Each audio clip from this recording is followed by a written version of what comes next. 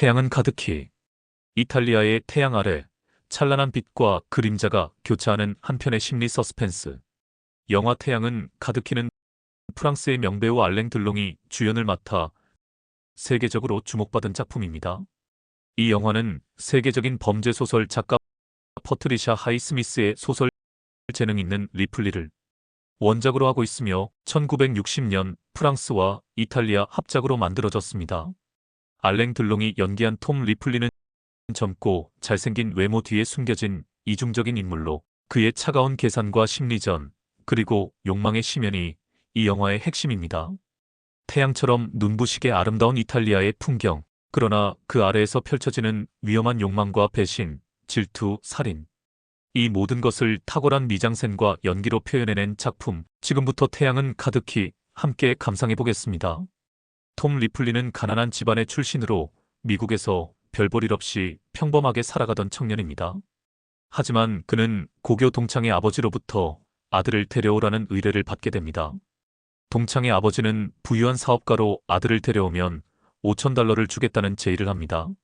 바로 유럽에 나가 아들 필립 그릴리프를 설득해 미국으로 데려오라는 것이었죠. 그 대가로 항공료, 숙식, 그리고 충분한 사례비까지 주어진 이 임무.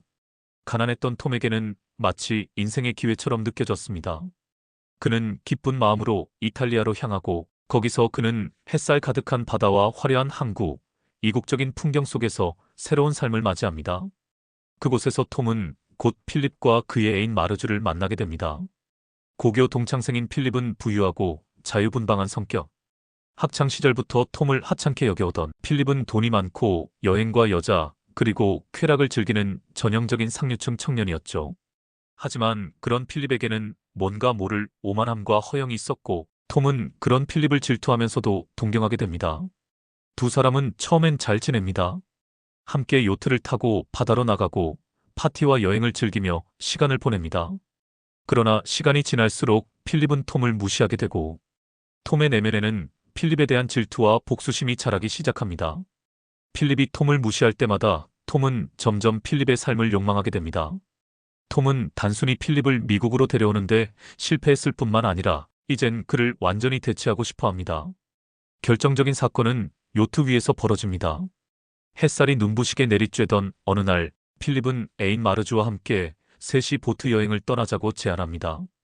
필립은 톰에게 배의 조종을 맡겨둔 채 마르주와 보란 듯이 관계를 가지고 배를 거칠게 몰았다는 이유로 톰을 구명 보트에 태워 매달고 달리거나 줄이 끊어져 표류하면서 뙤약볕에 방치하는 등 모멸적 행동을 서슴지 않습니다. 톰은 자존심에 크게 상처를 입고 그동안 계획했던 복수를 실행합니다. 톰은 계획적으로 필립의 옷주머니에 여자 귀걸이를 넣어 마르주와의 사이를 이간질하고 필립과 크게 싸운 마르주는 몽지벨로 항구로 돌아와서 요트에서 내려버립니다.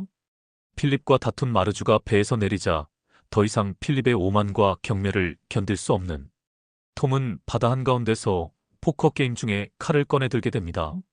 필립은 처음엔 그를 무시하며 조롱하지만 톰은 마침내 그의 가슴에 칼을 꽂고 말합니다. 이제 내 인생은 내 거야.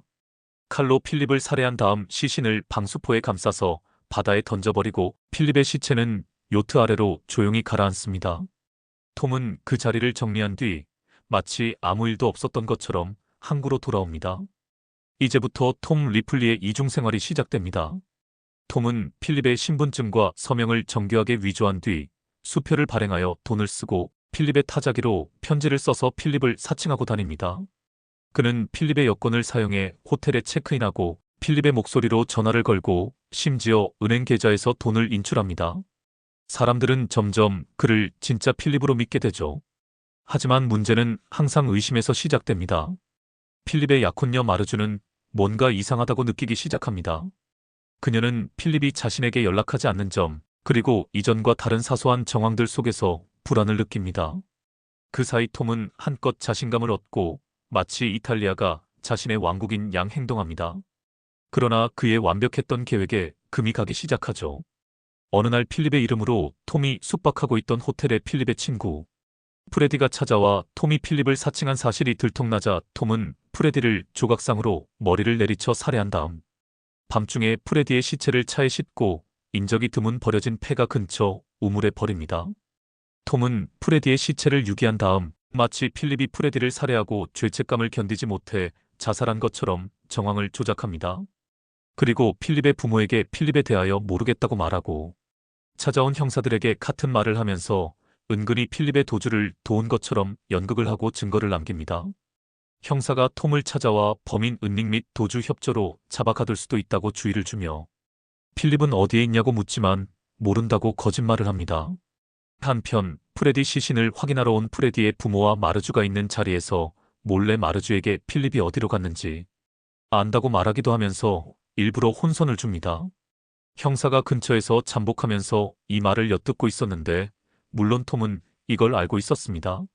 마르주에게 필립은 프레디를 우발적으로 죽여서 안절부절하고 있다는 것처럼 말하며 자신도 가끔 연락하고 그러지만 나도 못 믿겠다고 하고 거주지를 옮겨서 더 이상은 자세히 모른다고 태연하게 거짓말을 합니다. 톰의 이러한 행동들을 통하여 필립이 프레디를 살해한 용의자로 몰리자 톰은 필립의 은행 계좌에서 돈을 다 찾은 다음 필립이 자신의 재산을 모두 마르주에게 양도한다는 가짜 유서를 쓰고 자살한 것으로 위장합니다. 그리고 전에 준비해둔 대로 필립이 피던 담배꽁초를 몰래 깨끗하게 모아둔 것을 잿더리에 가득 쌓아둔다든지 필립의 가까운 친구인 오브라이언이 찾아오자 필립인 것처럼 연기하면서 틀림없이 필립이 왔었다고 증언하게 한다든지 다양한 속임수를 활용하여 경찰이 믿게 합니다. 결국 사건은 필립이 살인 후 자살했다는 걸로 마무리되고 필립의 죽음에 슬퍼하는 마르주를 정성껏 위로하면서 마침내 자신의 여자로 만드는 데 성공합니다. 톰은 필립이 마지막 흔적인 요트마저 팔아버리기 위해 보트 회사의 매각을 부탁하며 필립의 재산을 상속받은 마르주와 함께 행복한 미래를 꿈꾸며 상상합니다. 하지만 그가 팔기 위해 내놓은 필립의 요트를 구매자들이 살펴보려고 육지로 인양하는 과정에서 밧줄로 꽁꽁 싸매어 바다에 버렸던 필립의 시체가 발견됩니다. 시체를 바다에 버리는 것은 성공했으나 하필 그 밧줄이 스크루에 걸려 배와 함께 계속 따라다녔던 것입니다. 심하게 부패하여 엉망이 된 시체가 모래밭으로 끌어올려지고 그것을 알아본 마르주는 절규하면서 울부짖습니다. 톰은 점점 더 위태로운 삶을 이어갑니다. 그의 내면은 끊임없는 불안과 공포에 시달리지만 겉으로는 여전히 태연한 얼굴입니다. 그리고 마침내 모든 증거가 사라졌다고 생각한 그는 자신에게도 새로운 삶이 주어질 것이라 믿으며 휴양지로 향합니다. 톰은 바닷가의 따스한 햇살 아래서 최고급 술을 마시며 자신이 손에 넣은 불을 잠시나마 만끽하고 있습니다. 햇살 가득한 해변, 그토록 갈망하던 삶이 눈앞에 펼쳐진 듯 보입니다. 하지만 바로 그 순간 톰을 체포하러 온 형사들은 가게 종업원에게 전화가 왔다는 핑계로 톰을 부르라고 합니다. 톰은 아무것도 모른 채 해맑은 미소를 지으며 여유롭게 전화를 받으러 걸어갑니다.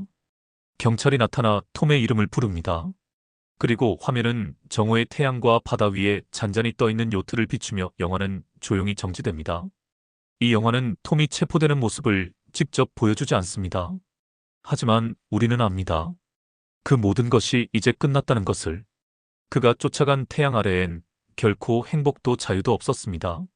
그의 욕망은 결국 그를 가장 뜨거운 곳에서 차디찬 어둠으로 데려간 것입니다. 태양은 가득히. 이 작품은 단순한 범죄 스릴러가 아닙니다. 한 인간의 내면에 깃든 욕망과 질투, 그리고 그 끝없는 추락을 뜨겁고 아름다운 햇살 아래 묘사한 심리극입니다. 알랭 들롱의 아슬아슬한 눈빛, 조용히 다가오는 불안, 숨소리처럼 조여오는 긴장감, 그리고 마침내 태양 아래 드러난 진실. 이 영화는 우리가 가진 본성의 어두운 그림자를 냉정하고도 세련되게 그려냈습니다. 지금도 많은 사람들이 이 작품을 최고의 리플리 영화로 꼽는 이유, 그건 바로 우리는 모두 톰일 수 있다는 불편한 진실 때문일지도 모릅니다. 이상 리딩 컷 시네마였습니다. 구독, 좋아요 감사합니다. 다음 영화에서 만나요.